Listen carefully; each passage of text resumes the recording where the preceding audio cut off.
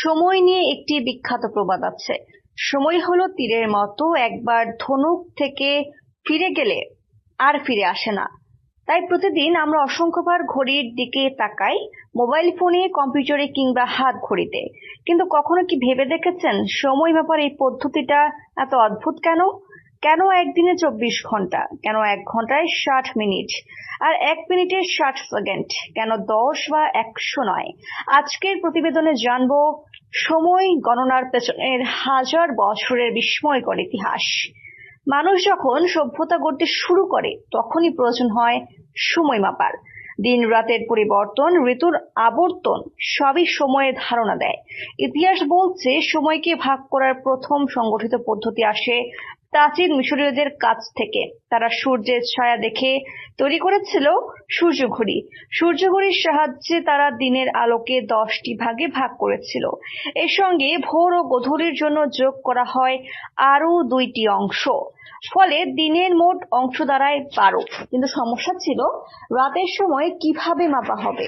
প্রাচীন মিশরের জ্যোতির্বিজ্ঞানীরা সমাধান খুঁজে পেলেন আকাশে। তারা লক্ষ্য করলেন কিছু নির্দিষ্ট নক্ষত্র নির্দিষ্ট সময়ে আকাশে ওঠে। এই নক্ষত্র গুচ্ছগুলোকে বলা হতো ডেকান। মোট প্রায় 36টি ডেকান ব্যবহার করে রাতকেও ভাগ করা হলো 12 অংশে। এভাবেই দিন ও রাত মিলিয়ে তৈরি হলো 24 ঘন্টার ধারণা। এই পদ্ধতিতে ঘন্টার দৈর্ঘ্য স্থির ছিল না। গ্রীষ্মে দিনের ঘন্টা বড়, শীতে ছোট, অর্থাৎ ঋতু পরিবর্তনের সঙ্গে ঘন্টাও বদলে যেত। সাধারণ মানুষের জন্য সমস্যা না হলেও জ্যোতিষবিজ্ঞানীদের জন্য ছিল এটি বড় বাধা, কারণ গ্রহ নক্ষত্রের গতির হিসাব করতে দরকার নির্ভুল সময়। খ্রিস্টপূর্ব 2য় শতকে গ্রিক জ্যোতিষবিজ্ঞানী হাইপারকাস একটি গুরুত্বপূর্ণ প্রস্তাব দেন। তিনি বলেন, দিনকে 24টি সমান ভাগে ভাগ করতে হবে।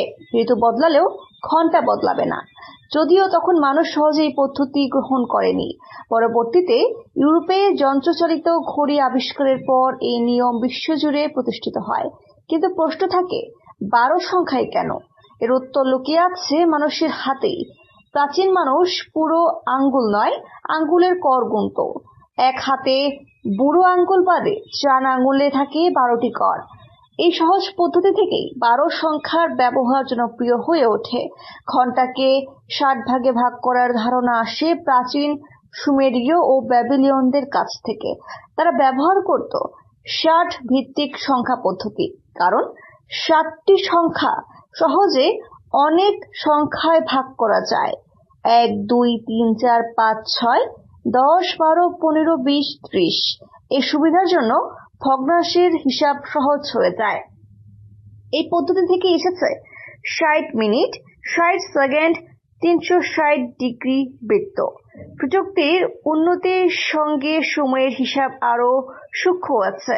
আজ আমরা ব্যবহার করি মিলিসেকেন্ড, মাইক্রোসেকেন্ড, ন্যানোসেকেন্ড। এখানে ব্যবহার হচ্ছে দশমিক পদ্ধতি, কারণ আধুনিক কম্পিউটার ও বিজ্ঞান পুরোপুরি দশমিক ভিত্তিক। ফার্সি বিপ্লবের সময় দিনকে 10 ঘন্টায় ভাগ করার প্রস্তাব দেওয়া হয়েছিল, প্রতি ঘন্টা 100 মিনিট। কিন্তু মানুষের অভ্যাস বদলানো কঠিন, তাই সেই পদ্ধতি টিকেনি। আজও আমরা ব্যবহার করছি হাজার বছরের পুরনো সময় পদ্ধতি।